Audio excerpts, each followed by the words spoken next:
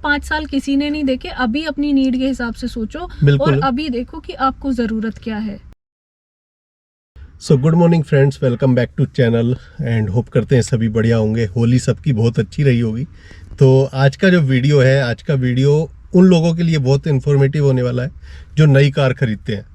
और अपने इंडिया के अंदर 90% ऐसे लोग हैं जो अपने मतलब की कार नहीं खरीद पाते, मतलब गलत कार खरीद लेते हैं। राइट। क्योंकि वो किसी के बहकाए में आके या दूसरे की सुन के या दूसरे की गाड़ी देख के वो गाड़ी खरीद लेते हैं जो उनके मतलब की नहीं होती है, या जो उन्हें चाहिए थी उसको नहीं खरीद पाते वो। राइट। कहने का सीधा सा मतलब ये है, अपनी नीड्स वगैरह के हिसाब से ना खरीद के दूसरों को देख के, इन्फ्लुएंस होके लोगों से, या फिर दूसरों की सलाह लेके कि भाई वो रिश्तेदार के पास ये वाली गाड़ी है तो यही खरीदेंगे, ये गाड़ी अच्छी है या खराब है, के पास, मेरे पड़ोसी के पास ये गाड़ी है तो मैं यही खरीद लेता हूँ।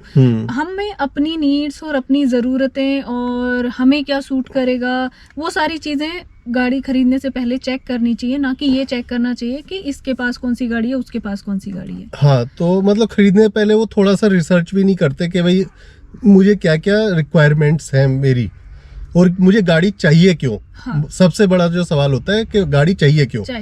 लोगों को यही नहीं पता होता कि मुझे गाड़ी क्यों चाहिए और कौन सी गाड़ी इसमें सूट बैठेगी। तो आज की वीडियो में हम सारी वही चीज़ें डिस्कस करने वाले हैं। 5 ऐसे मेजर पॉइंट हैं जो आप अगर फॉलो करो तो आप करेक्ट कार खरीद सकते हो अपने लिए। हाँ, बिल्कुल भी आप मतलब भटकोगे नहीं अपनी लाइन से। बिल्कुल, जो आपके लिए परफेक्ट कार है वो आप खरीद सकते हो। जी, तो शुरू करते हैं पहले वीडियो। तो देखो, जब भी हम नई कार खरीदने जाते हैं तो सबसे पहली जो चीज़ होती है वो होती है बजट।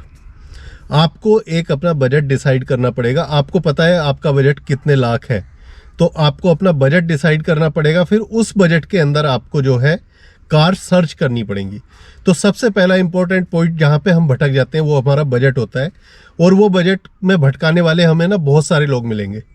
या तो हमारे इन्फ्लुएंसर्स जो होते हैं उनसे भी हम भटक जाते हैं कि भाई उनकी ये गाड़ी है उनके पास तो हम तो यही लेंगे, चाहे वो आपके बजट से कितनी भी ऊपर हो।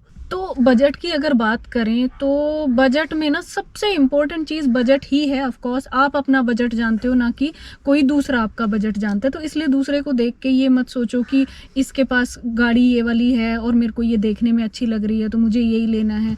तो उसमें क्या होता है, आप अपने बजट के अबव जाते हो और बजट आपका बाकी चीज़ों के लिए टाइट हो जाता है और फिर कहीं ना कहीं वो नुकसान करता है। हर चीज में, हर चीज के लिए आप कॉम्प्रोमाइज करते हो, लोन के नीचे दबते हो। हाँ। EMI की कॉस्ट बढ़ जाती है। राइट। जो आपके मंथली एक्सपेंसेस होते हैं उनमें फिर आपको दिक्कत आने लगती है। एग्जैक्टली। तो इम्पोर्टेंट ये है कि किसी से इन्फ्लुएंस मत हो, या सपोज आप गाड़ी देखने गए हो, वहीं पे ही आपको दूसरी गाड़ी दिख गई जो कि ज्यादा बजट की है और आपको लग रहा है नहीं यार ये तो इससे अच्छी लग रही है, उसको छोड़ दो। आप अपनी नीड देखो, मतलब लुक्स पे मत जाओ और दिखावे पे मत जाओ।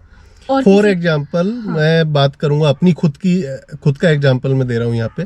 जब मैंने पहली कार खरीदी थी तो मेरा बजट बहुत टाइट था। बहुत टाइट मतलब मुझे लग रहा था कि भाई 1-1.5 लाख की या 2 लाख के बीच में मुझे गाड़ी लेनी है।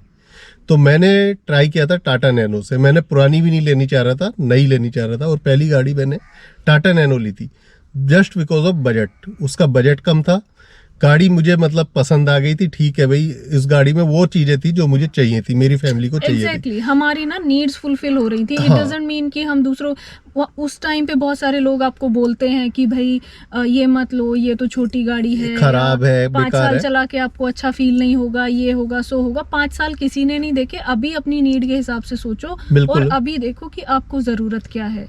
हाँ, तो उस टाइम पे वो गाड़ी मैंने खरीदी। अगर मैं उसकी जगह खरीद लेता कोई और बड़ी गाड़ी, मान लिया मैं अगर एल्टो पे भी जाता तो मेरी EMI ऑटोमेटिकली बढ़नी थी। हाँ। तो वो आगे जाके मेरे लिए ही परेशानी होने वाली थी। पूरे 5 साल हम रोते उस बात को लेकर। हाँ, तो सबसे इम्पोर्टेंट जो पॉइंट है वो अपना बजट होता है। अपना एक बजट डिसाइड कर लो। अब सेकंड जो पॉइंट है वो भी बहुत इंपॉर्टेंट है। सेकंड पॉइंट है नीड। आपकी जरूरत क्या है, आपकी फैमिली कितनी बड़ी है। पहले तो अपने फैमिली साइज के हिसाब से आप गाड़ी देखो कि आपको 5 सीटर गाड़ी चाहिए या फिर आपको 7 सीटर चाहिए, या फिर आप 4 लोग हो या फिर 3 लोग हो। मतलब अपनी फैमिली के साइज के हिसाब से आप अपनी एक गाड़ी डिसाइड करो कि कौन सी गाड़ी पे हमें जाना चाहिए। हमें हैचबैक लेनी है, या फिर हमें सेडान लेनी है, या फिर हमें जो है SUV लेनी है, राइट, या कॉम्पैक्ट SUV लेनी है। तो वो आपके ऊपर है। और आपके बजट के ऊपर है। तो बजट जहां आपने डिसाइड कर लिया तो फिर उस बजट में आपको अपनी नीड के हिसाब से कार देखनी है और उस बजट के अंदर आपको 3-4 गाड़ियां कंपेयर करनी है। अभी देखो सपोज जैसे आपका बजट है 7-8 लाख रुपए, 7-8 लाख रुपए में इतने ऑप्शंस है ना आपको सेलेक्ट करने के लिए। सपोज जैसे आपकी भाई बड़ी फैमिली है तो 7-8 लाख में आप 7 सीटर तक भी जा सकते हो बिल्कुल। बहुत आराम से। तो देखो कई बार कैसा होता है दिखावे में आके हम कोई ऐसी गाड़ी सेलेक्ट कर लेते हैं जो हमारी नीड को मीट नहीं करती, जो हमारी नीड्स को फुलफिल नहीं करती। सपोज जैसे मेरी फैमिली तो बड़ी है, फैमिली में पेरेंट्स भी हैं, 2 हस्बैंड वाइफ भी हैं और 2 बच्चे भी हैं, तो कुल मिला के 6 लोग हो गए। बट हम सोच रहे हैं नहीं हमें नेक्सन जैसी ऐसी कोई गाड़ी चाहिए, बट हमें वो भी तो देखना है अगर पूरी फैमिली एक साथ जाने लगी तो हम कैसे जाएंगे। बिल्कुल। तो हमें सीट्स बढ़ानी है उसमें, ना कि गाड़ी का लुक। तो ये सारी चीजें मैटर करेंगी कि आपको गाड़ी चाहिए किस लिए, मतलब क्यों आप गाड़ी ढूंढ रहे हो। दूसरी चीज आपको जरूरत देखनी है भाई मुझे ऑफिस से घर और घर से ऑफिस जाना है या नहीं, मुझे हाईवेज पे ज्यादा रन करना है, लॉन्ग ड्राइव करनी है, या फिर मुझे जो है मतलब मिक्स ड्राइव है। अब देखो यहीं पे कई लोगों की ज़रूरत कैसी होती है कि ऑफिस जाने के लिए उनको दूसरा व्हीकल है उनके पास, दूसरा मतलब कई बार कई लोग 2 व्हीलर से ही ऑफिस जाना पसंद करते हैं क्योंकि ट्रैफिक वगैरह होता है मेट्रो सिटीज में। हाँ। तो 2 व्हीलर मेरे पास ऑफिस जाने के लिए है, बट मुझे गाड़ी कब चाहिए, कभी कभी जब मैं फैमिली के साथ बाहर जाता हूँ। हाँ। तो उस हिसाब से उसमें ज़रूरत आपकी बहुत थोड़ी सी है, तो अगर उसमें आप छोटी गाड़ी भी लेते हो तो चल जाता है। मतलब आप अपनी ज़रूरतें समझो, आप अपनी नीड समझो कि आपको गाड़ी क्यों चाहिए। तो आपकी ना रनिंग भी एक मैटर करती है। थर्ड पॉइंट जो है वो रनिंग आपका इम्पोर्टेंट पॉइंट है कि भाई कितनी दूर आपको जाना है, क्या डेली की रनिंग है आपकी, उसके हिसाब से भी आप अपनी गाड़ी का जो है डिसाइड करो कि भाई मुझे माइलेज वाली गाड़ी चाहिए या फिर मुझे ना बहुत अच्छी बिल्ड क्वालिटी और गाड़ी का इंजन भी बहुत अच्छा चाहिए। उस हिसाब से अपनी गाड़ी को देखो कि भाई मैं हाईवे पे ज़्यादा जाना है या फिर मिक्स रनिंग है या खाली सिटी में ही चलाना है, तो उसके हिसाब से आप डिसाइड करो अपनी गाड़ी।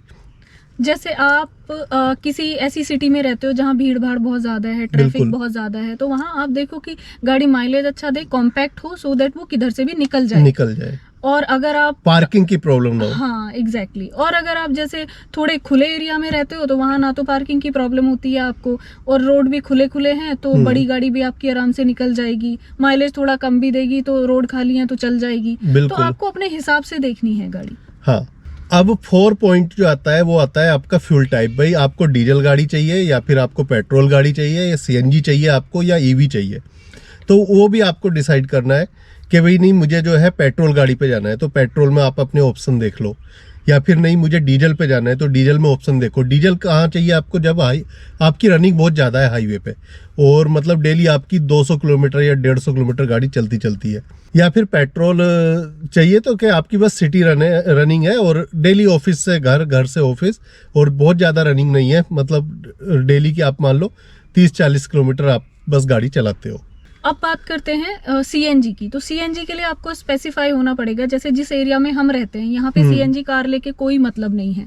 सीएनजी पे हम ये तो सोच के खर्चा तो कर लें कि भाई सीएनजी बड़ा माइलेज देगी और पोल्यूशन थोड़ा कम करती है, but at the same time हमें सीएनजी लेने के लिए मडगांव जाना पड़ेगा। बिल्कुल। तो उसका कोई मतलब नहीं रह जाता यहाँ पे सीएनजी गाड़ी लेने का। अब वही सेम बात करती हूँ मैं ईवी की। तो ईवी गाड़ी आप कब लो, अगर आपके पास सिंगल व्हीकल है तो then never ever go to EV, क्योंकि ईवी का कैसा है वो आपको कभी भी कहीं भी खड़ा कर सकती है। सपोज आप अब भी रन करके आए हो और इमरजेंसी में आपको भागना है तो कैसे जाओगे, क्योंकि उसको तो चार्ज होने में टाइम लगेगा। इसलिए अगर आप ईवी व्हीकल देख रहे हो तो तभी देखो जब आपके पास अल्टरनेट व्हीकल है इमरजेंसी के लिए। अब सबसे लास्ट पॉइंट है जो 5वां पॉइंट है, उस पर सबसे ज्यादा हम मार खाते हैं भाई कार का वेरिएंट। कई बार हम ना कुछ ऐसे फीचर्स होते हैं जिनकी हमें जरूरत ही नहीं होती और जबरदस्ती हम बस शॉप के लिए उन फीचर्स को ले लेते हैं कि नहीं हमें तो टॉप वेरिएंट ही चाहिए, हमें कुछ नहीं लगाना। लेकिन टॉप वेरिएंट लेके भी आपको उसमें जो एसेसरीज लगानी पड़ रही है या कंपनी वाले जबरदस्ती आपके ऊपर थोप देते हैं। तो बेटर है पहले अपना वेरिएंट डिसाइड कर लो कि भाई मुझे ये फीचर्स चाहिए बस गाड़ी में। अब एक एग्जांपल के तौर पे मैं बताऊं, आपकी गाड़ी तो सिटी में चल रही है, आप क्रूज कंट्रोल के पीछे पागल हो रहे हो कि मुझे क्रूज कंट्रोल चाहिए, और उसके लिए आपने 1-1.5 लाख रुपए एक्स्ट्रा भी दे दिया कंपनी को। उस क्रूज कंट्रोल का फायदा क्या है? इंडियन रोड पे क्रूज कंट्रोल मुझे नहीं लगता कि हाईवेज पे भी आपको जो है क्रूज कंट्रोल बहुत ज़्यादा यूज कर पाते होंगे। या तो भाई एक्सप्रेसवे पे आप जा रहे हो डेली तो ठीक है, क्रूज कंट्रोल आपके लिए बहुत फायदे की चीज़ है। लेकिन जब आप सिटी में ड्राइव कर रहे हो या फिर आप ऐसे रोड पे ड्राइव कर रहे हो जहाँ ट्रैफिक बहुत ज़्यादा है, तो क्रूज कंट्रोल का कोई मैटर ही नहीं बनता। सेकंड चीज़ होती है, कई बार हम पागल हो जाते हैं म्यूजिक सिस्टम के लिए, तो वो 10 दिन या 15 दिन ज़्यादा ज़्यादा मैक्सिमम 1 महीने का शौक होता है ना। हाँ, बड़ी स्क्रीन, मतलब देखो म्यूजिक हाँ। सिस्टम तो आता ही आता है यूजुअली गाड़ियों में, पर हम यहाँ बात कर रहे हैं कि भाई बड़ी लंबी, मतलब पूरे फुल्ली फीचर्ड स्क्रीन उसमें हमें चाहिए। हाँ तो उसका यूज कितना होता है? हार्डली आप 4 दिन उसको शौक में यूज करते हो, उसके बाद उसको कोई हाथ भी नहीं लगाता। बिल्कुल। तो बहुत सारे ऐसे फीचर्स हैं जो हम अननेसेसरी ले लेते हैं और बाद में हमें मतलब उनका यूज नहीं कर पाते हम प्रॉपरली। इसके लिए मैं एक एग्जांपल देती हूँ। जैसे हमने टियागो खरीदा था टॉप मॉडल, हाँ। उसमें बड़ी सी स्क्रीन आई थी, 4 दिन हम बड़े खुश, हमें लग रहा था अरे वाह क्या चीज है। हरविंदर और अक्षु तो इतने एक्साइटेड थे, ये लोग क्या बोल रहे थे, मम्मा टाइम पे गलत नेविगेशन बताती है, अब तो हम इधर ही नेविगेशन लगा के और इसमें ही चलाएंगे, मम्मा की जरूरत ही नहीं हमें नेविगेशन बताने के लिए। और उसमें 4 दिन भी नेविगेशन नहीं चला, फिर मेरे को ही बताना पड़ता है। तो ये बहुत सारी चीजें हैं जो हम अवॉइड कर सकते हैं और वहां से हमें बहुत पैसा भी बचा बचेगा। सकते हैं, हाँ। और जो हमारा बजट है ना, उस बजट के अंदर हम हो सकता है उससे एक और सेगमेंट अलग चले जाए। राइट, ऊपर चले जाए। हाँ, अब हमें 5 लाख का बजट है और हम 6 लाख की गाड़ी लेने लगे उसमें जाके, तो फिर हमारे लिए दिक्कत हो जाती है वो आगे आके, क्योंकि 1 लाख रुपए ना काफी होता है एक मिडिल क्लास फैमिली के लिए। राइट। बहुत सारे फीचर गाड़ी में ना ऐसे होते हैं जिनका यूज आपको 2-3 साल में एक बार पड़ना है या साल में एक बार बिल्कुल। पड़ना है, लेकिन उसके लिए आपने लाख रुपए ज्यादा दे रखे हैं। तो साल में एक बार ऐसा भी यूज नहीं होता उसका कि उसके बिना आपका काम नहीं या चलेगा। गाड़ी चलेगी ही नहीं। हाँ, तो ये 4-5 पॉइंट थे, 5 पॉइंट है ये इंपॉर्टेंट जो आपको ध्यान देना चाहिए गाड़ी खरीदने से पहले। एक बार फिर से मैं रिफ्रेश कर देती हूँ। सबसे पहले अपना बजट डिसाइड करो, दूसरों के कहने में आके बजट इंक्रीज मत करो। सेकेंडली अपनी नीड देखो उस बजट में। हाँ थर्ड, आप अपनी रनिंग देखो हाँ, और फीचर्स देखो आपको क्या क्या चाहिए। और फ्यूल टाइप भी फ्यूल आप टाइप देखो देखो। कौन से आपको किस उसमें चाहिए। हाँ, क्या फ्यूल टाइप आपको प्रैक्टिकल रहेगा। किसी बिल्कुल। और के कहने से कि भाई मैं ईवी ले लूं या मैं सीएनजी ले लूं, मैं पेट्रोल ले लूं या डीजल ले लूं, किसी और के कहने पे मत जाओ। अपने हिसाब से सेलेक्ट करो, अपनी नीड्स के हिसाब से जो आपकी जरूरत है। बिल्कुल। सो गाइज, होप करता हूँ वीडियो आपको इन्फॉर्मेटिव लगा होगा। अगर वीडियो आपने यहाँ तक देखा है तो लाइक किए बगैर मत जाना वीडियो को, और शेयर भी करना। बाकी अगर अभी तक आपने चैनल को सब्सक्राइब नहीं किया है तो प्लीज सब्सक्राइब कर लेना। बाकी मिलते हैं अगले वीडियो में। Till then take care, bye bye.